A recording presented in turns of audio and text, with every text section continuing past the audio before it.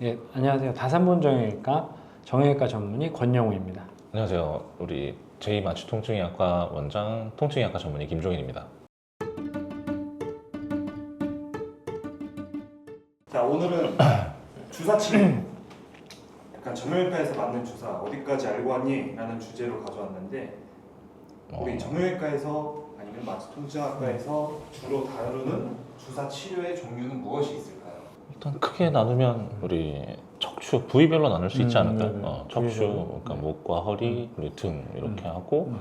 그 밖에는 우리 큰 관절, 네, 뭐 어깨, 팔꿈치, 무릎, 고관절 이렇게 큰 관절 그리고 그 다음은 손과 그렇죠. 발이라고 생각하면 되겠죠? 네. 부위별로도 나눌 수 있고 그 다음에 약제로도 약제로도 나눌 수 그렇죠. 있겠네요. 약제로도 그러니까 통증을 완화하는 주사냐 아니면은 보통 요즘에 많이 쓰시는 뭐 재생 주사냐 뭐 이런 식으로 나눌 수 있을 것 같아요. 네. 증상 경감을 그쵸, 위한 그쵸. 거냐, 네. 아니면 우리 재활이나 아니면 이 구조물 강화를 그쵸, 그쵸. 구조의 맞아요. 강화를 네. 위한 거냐, 그렇게 크게 보면 또 두 가지로도 나눌 수 그렇게 있겠네요. 예, 네. 나눌 수 있을 것 같아요. 주사 치료가 효과가 얼마나 있다라고 생각하시는지 각자 의견을 한번. 스테로이드를 일부 사용하는 우리 이 증상 자체 완화를 위한 어떤 치료 같은 경우에는 제가 볼 때는 뭐 상당한 정도의 그쵸. 어떤, 반응을 만들어내지 않나. 맞아. 특히 우리 신경염증, 맞아요. 같은 신경염증에는 경우에는 네네. 스테로이드가 뭔가 구조물 강화를 위한 이런 증식 치료 그렇죠. 같은 경우에는 글쎄요, 어떻게 실제로 하고 계신 입장에서 만족할 만한 성과가 좀 나오고 있나요? 저는 괜찮은 것 같아요. 저는 이제 크게 아까 말씀하셨던 것처럼 이제 증상 완화랑 그다음 뭐 재생, 그다음 재건 뭐 이런 쪽으로 해서 사용을 하는데 보통은 이제 뭐 발목이라든지 아니면 뭐 손목 이런 데에도 프롤로나 이런 이렇게 증식 치료를 하다 보면 네. 예전에 있던 그 관절에 보통 불안정성이라는 거를 인대들이 담당하잖아요. 네네. 근데 그런 게 많이 좋아진 거를 실제로 경험하기도 하고, 예. 초음파로 확인하시기도 그렇죠. 하고. 예. 모양도 그렇고 일단 구조적으로 이렇게 신체 검사상에서도 나타나는 경우가 많아요. 그렇죠, 그렇죠. 네. 만져보면 불안정성이 좀 줄어들었다. 그렇죠. 버리기는 좀 아깝고 그럴 때 그렇죠. 예, 좀 수선해서 다시 쓸 수 있는 느낌으로 주사를 하면은 굉장히 수술 가기 전에 한번 해볼 수 있는 치료다, 좋은 치료다 이렇게 생각이 듭니다. 예. 쉽게 결정하기 어려우니까. 그쵸, 그죠? 맞아요. 네네. 네.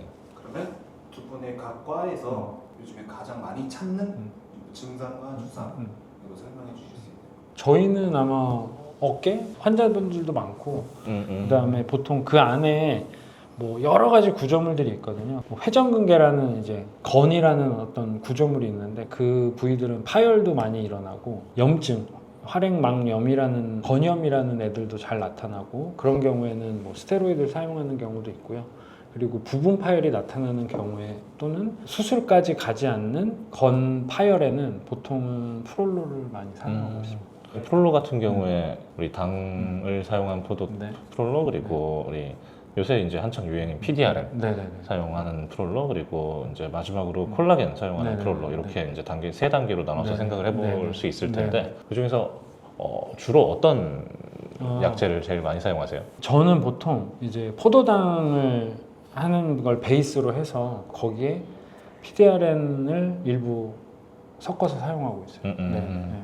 어떤 기본적인 어떤 약제 반응이 없는 환자분들 같은 경우에는 콜라겐을 사용할 때도 있고요. 그렇죠. 예. 콜라겐은 근데 이제 섞어서 사용하기에는 조금 물성이 좀 너무 달라서 네. 이제 섞이지 않는 물질이기 때문에 둘을 같이 쓰진 않고요. 보통은 아까 액체화된 포도당류에 PDRN을 섞어서 사용하거나 거기에 아니면 반응이 없는 없는 환자분들 경우에는 같은 경우에는 콜라겐을 아예 콜라겐을 한번 시도를 네. 해보거나 그렇게 네. 하고 있습니다. 그렇게 조합을 하시는 건가요? 정통적으로 내려오는 그 방법들이 있는 건가요? 큰 포도당 뭐 농도라든지 뭐 이런 거는 논문이나 이런 데 이미 나와 있는 기준이 있기 때문에 저희는 거기에 맞춰서 일단 사용을 하고 뭐 PDRN을 섞는 거는 약간 양념 같은 그런 느낌으로 예. 약간 우리 맛집의 그런 레시피 같은 느낌으로 사용하고 있습니다. 마지막 1인치. 그렇죠. 허리에 꽂는 거다 보니까 진짜 안전하게 맞는 건지 그런 것에 대해서 한번 설명을 해주실 수 있나요? 일단 뭐 크게 보면 우리 허리 통증이다라고 했을 때 정말로 우리 급성기 섬유륜 균열 같은 경우에는 좀 일상생활이 안 되는 정도의 어떤 이 급성 통증이기 때문에 이 신경염증 완화해주기 위한 일단 증상 자체를 완화하기 위한 치료를 진행을 하는 경우가 많고 그 과정에서 뭐 특별하게 뭐 감수해야 될 위험은 없다라고 생각을 해요. 그리고 두 번째로는 방사통. 아, 그렇죠.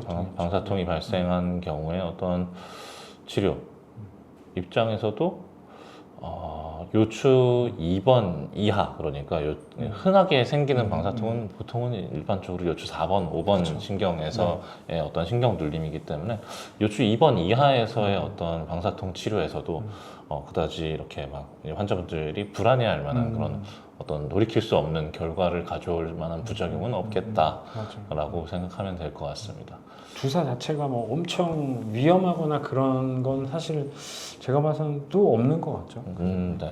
근데 다만 이제 뭐 방사통 같은 거를 할 때 주사 부위에 따라서 이제 그 효과도 조금씩 다르고 그 다음에 이제 목적하는 바가 조금씩 다르잖아요. 그렇죠. 이제 후지신경 보통 우리가 말하는 허리 등 통증, 허리 통증에 사용되는 경우에 주사는 보통 이제 후지신경이라 그래가지고 척추에서 나오는 어떤 격가지 신경을 이렇게 누그러뜨리면서 통증을 좋아지게 하는 거고, 그리고 이제 방사통 같은 경우에는 앞으로 나가는 이제 그 주요 루트 보통 네. 뿌리 신경을 약간 완화시켜주면서 증상을 완화시키는 건데, 보통은 이제 허리에 일반적으로 맞는 척추 후지신경에 놓는 주사들은 대부분 안전하고 구조적으로 뭔가 위험한 구조물들이 별로 없죠. 없죠. 네. 네. 사실상 우리 근육 주사 맞는 거 그죠. 사실 큰 차이는 없겠다. 네. 근데 방사통에 맞는 주사들은 조금 어쨌든 신경을 써야 된다. 그래서 뭐 통증의학과 전문이나 또는 정형외과 전문이나 그런 주사를 많이 해보신 분들한테 맞는 게 그쵸. 조금은 낫지 않나. 역시. 좋습니다. 몇 번 이상 맞게 되면은 좀 효과가 떨어진다. 그런 것들도 있을까요? 저는 이걸 횟수를 제한한다기보다는 이런 생각을 갖고 있어요. 그러니까 예를 들면 주사를 한 번 놨는데 통증이 다시 시작돼. 근데 단기간에 그게 시작이 됐다. 그러면은 사실 주사 치료를 한 번 더 해볼 수 있다고 생각해요. 근데 그때 또 다음에도 또 단기간에 재발한다. 그러면은 그때는 사실은 추가적인 검사를 해봐야 된다고 생각해요. 뭐 MRI를 찍어본다. 허리라고 친다고 하면 MRI를 찍어봐서 만약에 이게 혹시 수술적인 치료로 가야 되지 않는지. 그럴 수 있죠. 그쵸. 네. 왜냐면 저는 이게 항상 주사는 이게 어떤 불 끄는 방법의 하나라고 설명을 하거든요. 불이 막 났는데 약이라는 방법을 사용해 가지고 했는데 안 꺼진다. 그럼 뭐 소화기도 쓰고 소방차도 부르고 그래야 되잖아요. 그렇죠. 근데 다른 방향에서 이제 가장 적극적인 보존적인 치료 방법 중에 하나가 주사라고 생각하는데 거기서도 불이 안 꺼진다. 그러면은 사실 수술적 치료가 필요한 경우도 있다고 보거든요. 만약에 차도가 없다 그러면은 횟수의 제한보다는 단기간에 재발할 때는 MRI 추가적인 검사를 해보는 게 낫겠다. 역시 MRI죠. 그렇죠. MRI가 최고죠. 네, 오늘은 그 정형외과나 마취통증외과 영역에서 주사 치료에 대해서 알아봤는데요. 많은 도움이 되셨는지 모르겠네요. 혹시 궁금하신 거나 그런 것들이 있으면은 댓글로 남겨주시면은 참고해서 또 추가적인 영상을 찍어서 올리도록 하겠습니다. 그리고 또 다음에는 좀 더 관심 있고 재밌는 주제로 여러분들을 찾아뵙도록 하겠습니다. 감사합니다.